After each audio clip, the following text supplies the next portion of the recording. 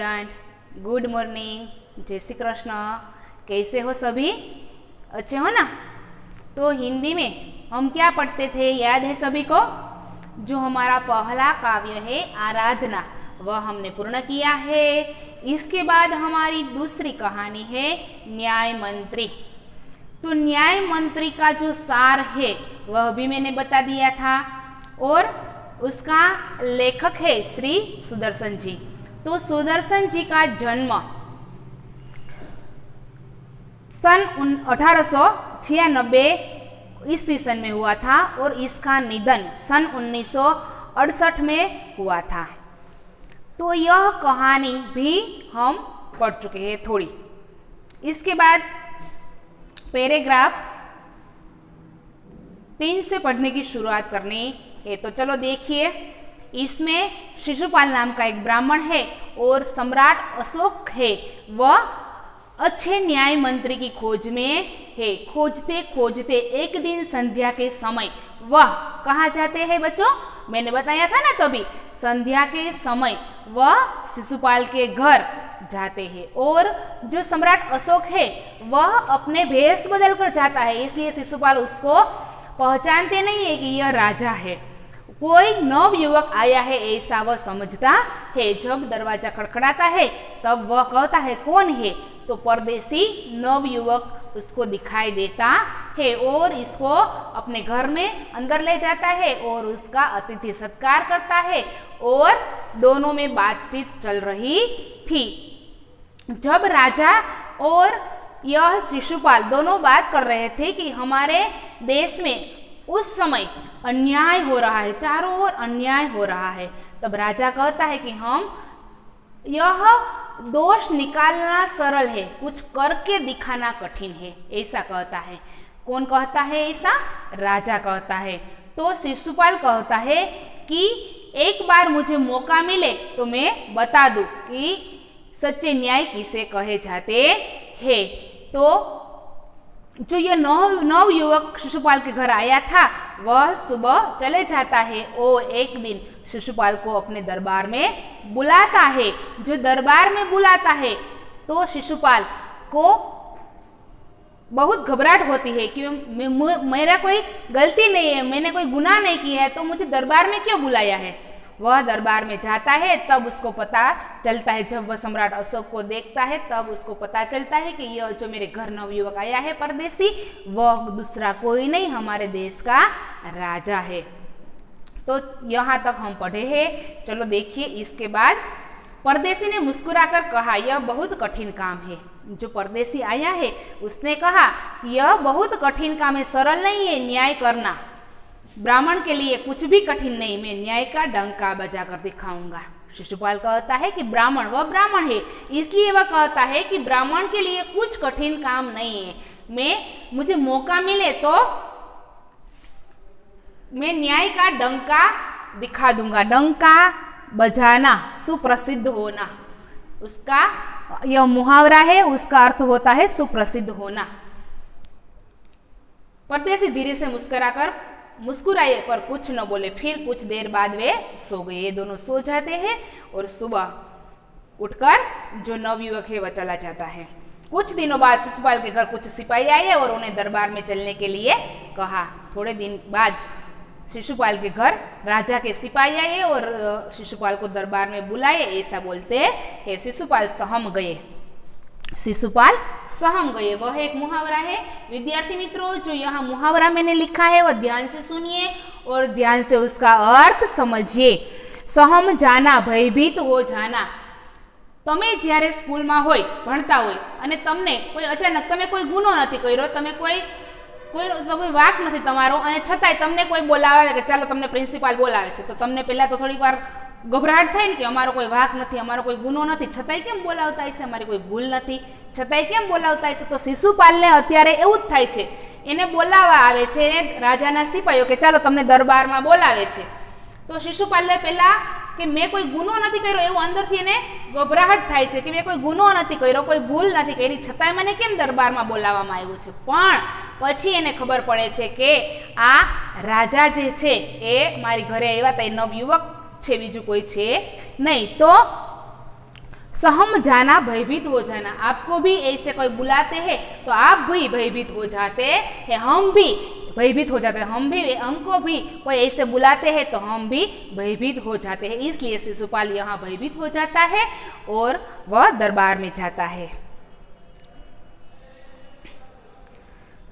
शिशुपाल सहम गए, वे समझ नहीं सके कि सम्राट ने उन्हें क्यों बुलाया है। कहीं उस परदेसी ने तो सम्राट से झूठी सच्ची शिकायत नहीं कर दी ना।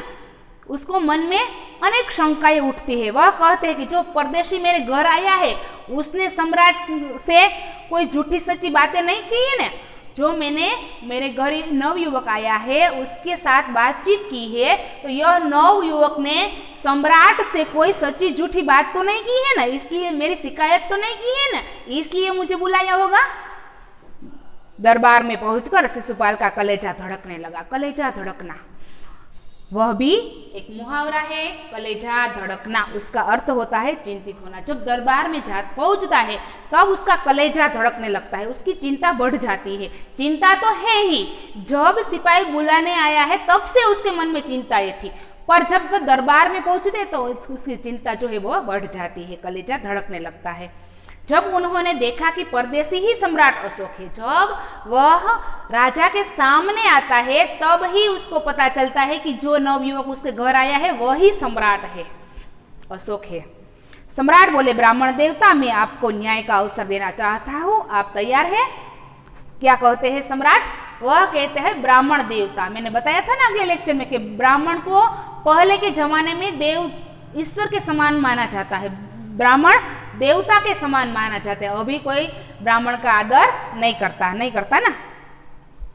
तो उसको सम्राट कहता है, ब्राह्मण देवता, मैं आपको न्याय का अवसर देना चाहता हूँ, आप तैयार है ना? पहले तो शिशुपाल घबराए, फिर बोले, यदि सम्राट की यही इच्छा है तो मैं तैयार हूँ।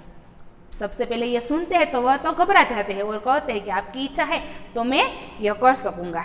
बहुत ठीक, कल से आप न्याय मंत्री हुए, सम्राट ने कहा और अपने हाथ से अंगूठी उतारकर शिशुपाल को पहना दी। यह सम्राट की राजमुद्रा थी। राजमुद्रा का अर्थ होता है शासन की निशानी। जो आप शासक है तो आपके पास कुछ निशानी तो होनी चाहिए ना, तो वह राजमुद्रा है, राजा के पास वह शिशुपाल को दे देता है, शासन की निशानी उसके सौंप देता है। अब शिशुपाल न्याय मंत्री थे। अब इस देश का न्याय मंत्री कौन होगा? शिशुपाल था। उन्होंने राज्य की समुचित व्यवस्था करना आरंभ कर दिया। वह न्याय मंत्री बन गया है, इसलिए राज्य की समुचित व्यवस्था, सारी व्यवस्था करना आरंभ कर दिया है। उनके सुप्रबंध से राज्य में पूरी तरह शांति रहने लगी। अब शिशुपाल न्याय मंत्री हो गया है, इसलिए उन्होंने ऐसी व्यवस्था की कि पूरे राज्य में शांति, धीरे धीरे शांति फैलने लगी। किसी को किसी प्रकार का भय नहीं था। न्याय मंत्री शिशुपाल हो गया है। अब उस राज्य की प्रजा में किसी में किसी की प्रकार के भय नहीं है। जो भय है वह सब दूर हो गए हैं। लोग दरवाजे तक खुले छोड़ जाते हैं। चारों तरफ न्याय मंत्री के सुप्रबंध और न्याय की धूम मच गई। न्याय की धूम मच गई। धूम मचाना वह एक मुहावरा है, सुप्रसिद्ध हो जाना। यह न्याय मंत्री सुप्रसिद्ध हो गया। शिशुपाल जो न्याय मंत्री है पूरे राज्य में उसकी प्रसिद्धि फैल गई, सुप्रसिद्ध हो गया। उसने ऐसा काम किया कि उसके कार्य से सारे राज्य में उसकी वाह होने लगी, उसकी सब तारीफ करने लगे। सुप्रबंध और न्याय की धूम मच गई। सुप्रबंध का मतलब होता है ये अच्छी व्यवस्था। पूरे राज्य में अच्छी व्यवस्था हो गई, इसलिए सब उसकी तारीफ करने लगे। लगभग 1 महीने बाद किसी ने रात में एक पहरेदार की हत्या कर दी। शिशुपाल न्याय मंत्री हो गया है। इसके 1 महीने के बाद किसी ने, पता नहीं किसने की है, किसी ने राज्य में एक पहरेदार की हत्या कर दी। किसी ने की वह पता नहीं है। सुबह होते ही यह बात चारों तरफ फैल गई। सुबह होते ही, रात में किसी ने हत्या की है, इसलिए सुबह होते ही यह बात सारे राज्य में फैल गई। लोग बड़े हैरान थे। शिशुपाल की तो नींद उड़ गई थी। नींद उड़ जाना वह एक मुहावरा है। जहां मुहावरा है वहां अंडरलाइन कीजिए। नींद उड़ जाना, बहुत चिंतित होना। शिशुपाल न्याय मंत्री हो गया है, चारों ओर उसकी तारीफ होने लगी है, सभी प्रकार के भय दूर हो गए हैं और महीने बाद यह घटना घटती है। तो शिशुपाल को बहुत चिंता होती है कि मेरे दरबार में ऐसी कोई चिंता ही नहीं थी, नहीं वह यह हत्या किसने की है, वह चिंतित थे, उसकी नींद हराम हो गई है। उन्होंने खाना पीना छोड़कर अपराधी का पता लगाने में रात दिन एक कर दिया। रात दिन एक करना, कड़ी मेहनत करना, बहुत मेहनत करना, रात दिन एक करना, बहुत मेहनत करना, वह एक मुहावरा है। तो उन्हें खाना पीना भी छोड़ दिया, वह अपराधी को ढूंढने के लिए उसने खाना पीना भी छोड़ दिया और पता लगाने में कौन अपराधी है, किसने यह हत्या की है पहरेदार की, उसका पता लगाने में भी दिन रात दिन एक कर रहे, कड़ी मेहनत करते हैं। बहुत प्रयत्न करने के बाद अब जब अपराधी का पता चला तो शिशुपाल के आश्चर्य का ठिकाना न रहा। आश्चर्य का ठिकाना न रहना, वह भी एक मुहावरा है। आश्चर्य का ठिकाना न रहना, वह उसका अर्थ होता है बहुत आश्चर्य होना। अब बहुत खोजने के बाद, बहुत प्रयत्न करने के बाद उसको पता चलता है कि अपराध किसने किया है।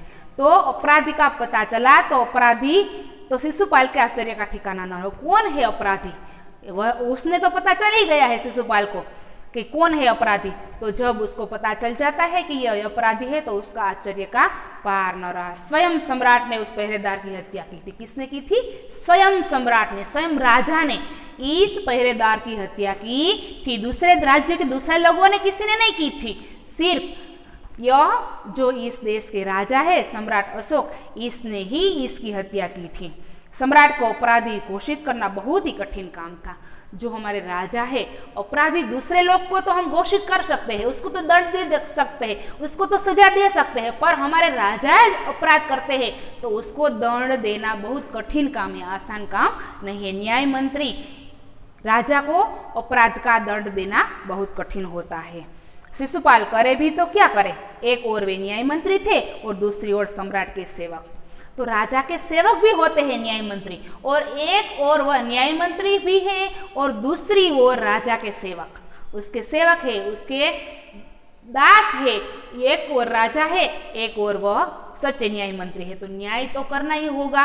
कोई भी, वह राजा, उसने बोला था ना कि राजा हो या रंक, न्याय सबके लिए समान है। तो यह गलती राजा ने की है तो राजा को भी दंड मिलना चाहिए। तो हवे शिशुपाल करे तो भी क्या करे, उसको एक और राजा है और इसका सेवक है और इस एक और वह न्याय मंत्री है। परंतु न्याय की दृष्टि में सम्राट और साधारण व्यक्ति में कोई अंतर नहीं होता। वह जो गलती करते हैं तो न्याय की दृष्टि में सम्राट और साधारण व्यक्ति दोनों एक ही हुए, उसमें कोई अंतर नहीं होता। अगले दिन शिशुपाल दरबार में पहुंचे। सम्राट अशोक सिंहासन पर बैठे हुए थे। आते ही उन्होंने शिशुपाल से पूछा, अपराधी का पता चला? राजा ने ही स्वयं यह रचा है नाटक कि न्याय मंत्री की परीक्षा लेने के लिए यह नाटक रचा है, इसलिए वह कहता है। अगले दिन शिशुपाल दरबार में पहुंचे तब सम्राट अशोक सिंहासन पर बैठे थे। राजा है इसलिए तो वह सिंहासन पर ही बैठते थे। तो सिंहासन पर बैठे हैं और जब शिशुपाल आते हैं तब ही वह प्रश्न पूछता है उसको, शिशुपाल को, क्या अपराधी का पता चला? अपराध तो स्वयं उसने ही किया था, तो भी वह शिशुपाल से पूछता कि क्या अपराधी का पता चला?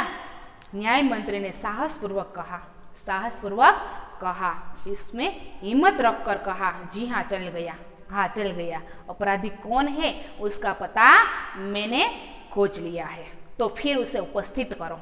राजा कहता है, सम्राट अशोक कहता है, जो अपराध का पता आपको चल गया है तो उसको उपस्थित करो, उसको यहाँ हाजिर करो। न्याय मंत्री कुछ रुके, फिर अपने उच्च अधिकारियों को संकेत करते हुए बोले, धनवीर इन्हें गिरफ्तार कर लो, मैं आज्ञा देता हूँ।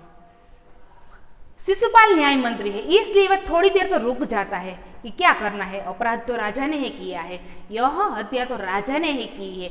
और राजा कहता है कि अपराधी को यहाँ हाजिर करो। वह शिशुपाल उसके अधिकारियों जो होते हैं उसके सामने संकेत करते हैं, इशारा से बात करते हैं कि इसे गिरफ्तार कर लो, मैं आज्ञा देता हूँ, इसे गिरफ्तार कर लो, मैं आज्ञा देता हूँ। संकेत सम्राट की ओर था, जो इशारा किया है संकेत सम्राट की ओर हुआ, उसने इशारा किया है कि यह उसको गिरफ्तार कर लो। तो संकेत कहाँ हुआ है? राजा जब सिंहासन पर बैठा है इसकी ओर इशारा हुआ है। दरबार में निस्तब्धता छा गई, निस्तब्धता छा गई, सब सुनमुन हो गए, किसी की आवाज नहीं आती, क्योंकि यह हत्या इशारा राजा की ओर हो रहा था, इसलिए सब निस्तब्ध हो गए हैं। दरबार में निस्तब्धता छा गई, सम्राट का चेहरा क्रोध से लाल हो गया, वे सिंहासन से खड़े हो गए और बोले, इतना साहस? क्या हुआ? इशारा उसकी ओर हुआ था, राजा की ओर, इसलिए राजा बहुत क्रोधित हो गए और कहता है, वे सिंहासन से खड़े हो गए। सिंहासन से जब सिंहासन में बैठे हैं तो यह सुनकर इशारा का संकेत व देखकर खड़े हो गए और बोले, इतना साहस? न्याय मंत्री ने ऐसा भाव प्रकट किया जैसे कुछ सुना ही न हो। न्याय मंत्री है इसलिए उसको सच्चा न्याय करना है, वह राजा हो या रंक। तो उसने कुछ राजा जो बोले वह शब्द वह सुने नहीं है, इसलिए ऐसे वह भाव प्रकट करता है। ऐसा उन्होंने अपने शब्दों को फिर दोहराया, धनवीर देखते क्या हो, अपराधी को गिरफ्तार कर लो। जो उसके अधिकारी है उसका नाम क्या होता है? धनवीर। इसलिए वह कुछ राजा जो बोले वह सुने नहीं, ऐसा भाव प्रकट करता है और धनवीर को कहता है कि आप फिर से उन्होंने यह शब्द दोहराया, धनवीर देखते क्या हो, अपराधी को गिरफ्तार करो। दूसरे ही क्षण सम्राट के हाथों में हथकड़ियां पड़ गई।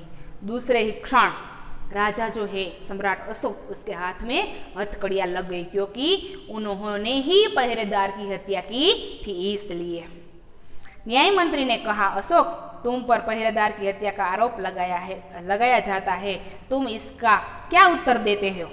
सम्राट होठ काट कर रह गया। न्याय मंत्री ने कहा, न्याय मंत्री कौन है? शिशुपाल है। तो वह कहते हैं कि अशोक उसका राजा है तो भी आज अपराधी है, इसलिए वह कहते हैं, अशोक तुम पर हत्या का आरोप लगाया गया है। पहरेदार ने जो हत्या की ही तुमने ही की ही, तुम पर हत्या का आरोप लगाया जाता है। तुम इसका क्या उत्तर दोगे? तुम्हारे पास कोई उत्तर है? तुमने ही हत्या की है, बोल दो। सम्राट होठ काट कर रह जाता है। सम्राट क्या बोले? होठ काट कर रह जाता है। उसका अर्थ क्या होता है? वह एक मुहावरा है। उसका अर्थ क्या होता है? होठ काटना, क्षोभ प्रकट करना, क्षोभ प्रकट करना, उसका अर्थ ऐसा होता है। होठ काटकर, वह मुहावरा है, होठ काटना, उसका अर्थ होता है क्षोभ प्रकट करना। तो राजा उस समय क्षोभ प्रकट करता है। इसके बाद का जो पैराग्राफ है, न्याय मंत्री ने फिर से पूछा, वह पैराग्राफ हम नेक्स्ट लेक्चर में पढ़ेंगे।